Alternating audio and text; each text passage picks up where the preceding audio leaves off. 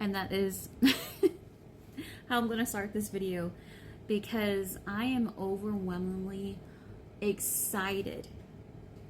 I am so happy I got this doll, and this is a very special unboxing for me, just like my other unboxings. This is a special unboxing. No, but this doll, let me tell you, there was no warning for her. There was no announcement, no leaks, no warning whatsoever. It felt like it dropped out of thin air. It felt like it dropped out of midair. And I'm being totally serious when I say this. I absolutely saw nothing for this doll. I woke up one morning from my early shift. I went to Facebook and I saw a post by You Love It. And my jaw dropped. And I let out the biggest gasp I have ever done. I was in pure shock and stunned by how beautiful this doll is.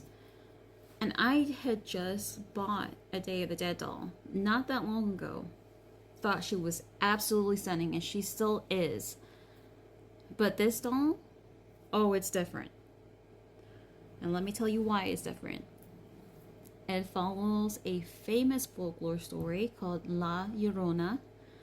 And that is one of the most popular folklore stories ever. There's been movies about it. There's different variations of the story told by family members and friends and all that stuff. But this is a well-known story, and especially if you love horror movies, because they've had one or two movies made about the story.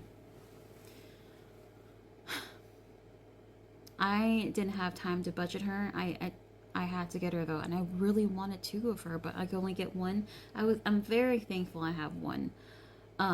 But this doll still remains popular to this day. It's almost Halloween.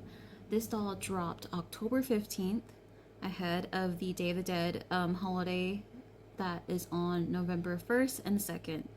So this was an early release for the holidays. And let me show you this beautiful doll. I am ecstatic. I'm very happy. And if you don't want to see a detailed video and you just want to see close-ups and the unboxing, you can follow me on TikTok if you like. I do have just a run-through of the unboxing, no voiceover, nothing like that, just showcasing the doll and packaging. But my TikTok will be listed in the description below. And if you're new here, thank you so much for watching, and subscribe if you'd like to just stick around. But here is the unboxing of the Llorona doll, and if I pronounce anything incorrectly, I'm sorry. I'm still rusty with my Spanish. I am still learning till this day. So I didn't grow up speaking Spanish. I'm actually mixed. I am half Hispanic, half Asian. So it's one of those things where it's kind of like I struggle with because I grew up with my Asian side of the family. So like I said, forgive me if I pronounce anything incorrectly. But let's do the unboxing. And like the new shipper boxes for the adults, we have a picture of the silhouette of the doll, and this one's actually the first time I've seen it, but it does have the name of the doll on the side. You can see that. That's actually really awesome. Okay, I'm getting nervous. Let's unbox her. This is perfect. I can't see the design of the box is completely covered by this white wrapper, which is funny because usually I could see it's thin in one layer to where I could see it, but unfortunately the sound file for this video did delete in this clip, so I have to do a voiceover. But this is pretty much my first impressions from the packaging and doll, what it looks like when you first open the lid. Now this box gave me Selena vibes because Selena loved the color purple. She loved roses, so it just reminded me of the last MAC makeup collection they released for her some odd years ago that I have. I love it. I love the box, and the box honestly reminds me of the older, like early 90s Barbie collector dolls that came out some like a long time ago. Like I'm thinking about like the I'm trying to think like the shopping Barbies. Like I can't remember the name of the Barbie dolls for, specifically, but that's what it reminds me of. It gives me old school collector dolls from the 90s. I did want to read the back of the box. It does give a quick summary of the folklore. This folklore has different variations to it. A lot of people know this story. It's one of the most famous folklore, in my opinion. They've made movies off of this story, and this story has been passed on from generation to generation, from family to family, and from friends to friends. It's that famous, in my opinion. But on the back it says, inspired by the spine-tingling legend of La Llorona, Barbie personifies the doomed, grieving mother in search of her lost children, wearing a lace-trimmed, teared off the shoulder dress with bell sleeves. The soft faded look gives the appearance of a ghost that emerged from the riverbanks. Her long black hair cascades down her back and is framed by a crown of silver-washed black roses and insinuated by a long, flowy lace veil. Barbie doll's details include face painting, highlighting her haunting look, and delicate skeleton artwork on her hands and collarbone. She carries a candle to light the dark waterways she wanders at night. Now, hearing this story as a child for the first time definitely scared me. My uncle told my cousins and I the story of La Llorona, and trust me, I was up all night making sure there wasn't a crying woman coming up to the window looking in to take us, because we were kids back then. And like one of the variations of the stories that he told me is that if kids cross her path, she would drag you into the water and drown you because she thinks that you're her kids. So that definitely scared me and made me stay up all night.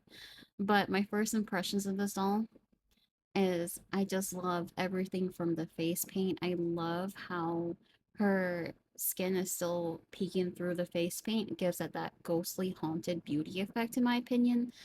Love the sadness in her eyes from the story, the background of her and her story, but her face still gives that soft glow, elegant, like it's a elegant soft glow to her face. I love it so much.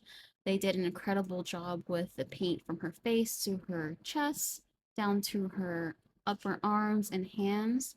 The hands the hand sculpt is definitely my favorite. I love that it has that ghostly effect with it looking like it's see-through with the blue and green paint on her fingers. My favorite. Love it so much. Now, I love that the dress looks like a bridal dress. I love that it's not like a traditional like white colored lace. It actually has traces of blue tint to it, and you could definitely see in the bust area that it does have lavender streaks in it, like a lavender touch of color to it.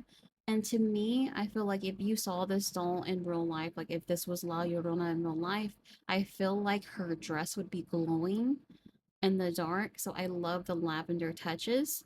It just gives it that glowy effect, in my opinion. I love that he also incorporated blue, dark blue, throughout the doll, from the hair down to the blue lace that peeks underneath that white lace. And he said that anything with a dark blue tint to it is supposed to represent water. And I just love that so much. He definitely did a good job with that. I just love, like I said, that the dress does look bridal, and it's really big and poofy from the multiple layers of lace. Um, I love the dress. It's one of my favorite things about the doll as well. Now, I do also want to point out that the clear accessories is supposed to represent water, like the earrings and heels. Before I move on to doing more detailed story and all that stuff and more information about the doll, I did want to show the heels off of the doll so that we can appreciate the stilettos that she has. It is clear, but it does give that water effect with the little sparkles in it. I feel like that looks like it's like raindrops or like water drops. I love the candle. Like I said, there is a hole for the Barbie's hand or finger to go through to hold it. Looks like the stand is pretty basic. It is blue. There is no Barbie logo or anything like that on it. This is a different type of saddle hook that I've seen. I'm not sure if this is considered a saddle hook, but this definitely looks like a different type of, whatchamacallit, doll stand that I've never seen before, so I wanted to point that out. And this is what the accessories look like. This beautiful Day of the Dead doll, named La Llorona, was designed by Mexican-American artist Javier Mayebe. This is crafted after the folklore, the famous folklore of La Llorona. Now, he wanted the eyes to have a somberness to them, and I think he perfected that. Knowing the folklore of La Llorona is actually really sad. So you do see that sadness in her face, even though she's still very beautiful. He wanted the artwork to be cohesive throughout the torso, throughout the chest and the face, and on the hands, and on the upper arm that is gracefully hidden by the lace pattern on the dress on the sleeves. So when you pull up her sleeves, you can actually see the artwork continue on. For the face makeup, he wanted to look like it was dripping wet, and he also wanted to look like the makeup was dripping off her face, which does have that shimmer sheen to it if you look closely. So I think he perfected that as well. Now the face sculpt is actually the Christian Louis Vuitton face sculpt, and I think it is really, really beautiful. To go along with the talk about the features, like the facial features and makeup and all that, I did want to look at the hands. He did say with every Day of the Dead doll that he designs, he wants to give every doll something special, and he tries to give something different each time. The hand sculpt on this is beautiful. I love the transparency that's going on here. I love the transparent fingers. It does give it that ghostly effect. And the hands are actually removable. So if you want to customize it a little bit, if you want to change the hands or just give it a different look, you definitely can, which I think is really cool. Now the artist did give a very cool fun fact about the face painting. He said the same face painter has painted every single Day of the Dead doll head since it debuted, which is really awesome. I'm trying to find more information on the name of the person, the face artist, but I haven't been able to find it on Google. So if I do find out more information about the artist, I'll definitely put it on the side screen here on the video. If not, maybe I can find out one day. But that was a really cool, interesting fact about that. To go on about the accessories, he said anything that has a dark blue tint to it is supposed to look like dripping water. Now, this lighter blue does look like dripping water as well to me. What I find interesting too is that the hair actually has blue in it, blue tints as well. So that blue element is flowing through bits and different parts of the Barbie, including the hair, which I love. I love that streak of blue that is sort of hidden if you're not looking at it closely, which I love. I love the dripping effects that, you know, is with her accessories to her face paint, and I just think it's beautifully thought out. I love the black roses on top. The veil is beautiful. This veil goes all the way to the bottom of her dress. Beautiful, beautiful. And it is a slightly different pattern than the rest of the dress. I love that it's a different pattern. Let me just turn her around carefully. And with her other accessories, just like the earrings, he wanted that translucent look and feel, and it's supposed to look like a water drop, which I love so much.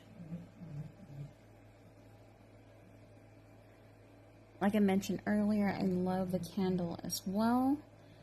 I think the candle is a nice touch, and I love that you can actually pose the Barbie doll with the candle. So, another accessory to be talked about is the base. I did show it earlier, but it's supposed to look like she's walking on water. Now, I do have to mention that you'll have to use some type of clear rubber band to hold the stiletto on her feet because it does want to slip off, and it's given a Cinderella moment, and I really don't want to lose it. And the heels do remind me of Cinderella too, with that clear look to it. So just be mindful of the heels, because once I took her out, there was no rubber bands holding it. It was these plastic pieces right here. So unfortunately, I did have to cut them off to unbox her. So just keep that in mind. And to give more story about the heels, he said, every time I heard this story as a kid, I imagined her being barefoot. Her shoes become clear to make it look like she has no shoes on. And like I said, my thoughts is that the sparkles do give it that water effect as well. This doll is truly stunning. You can pose her any way, from any angle, and she's still stunning in every direction.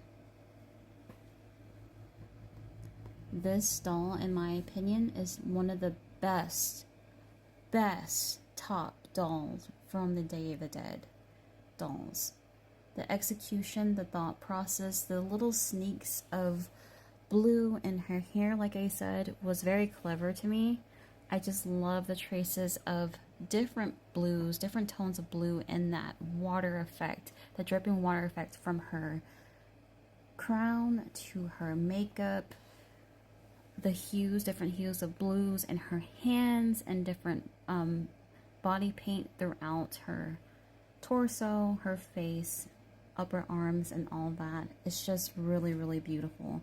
And I love how everything is cohesive, because there's even blue underneath her white lace. I don't have any complaints about this doll. The only complaint I have is that I wish I had a second one, but I'm very, very grateful to have this doll in my collection. I hope you enjoyed this video. If you have any questions, let me know. Thank you for watching. I hope you subscribe and stick around to chit chat about anything. But yes, this is the La Llorona doll. I hope you have a lovely evening, and I'll talk to you soon.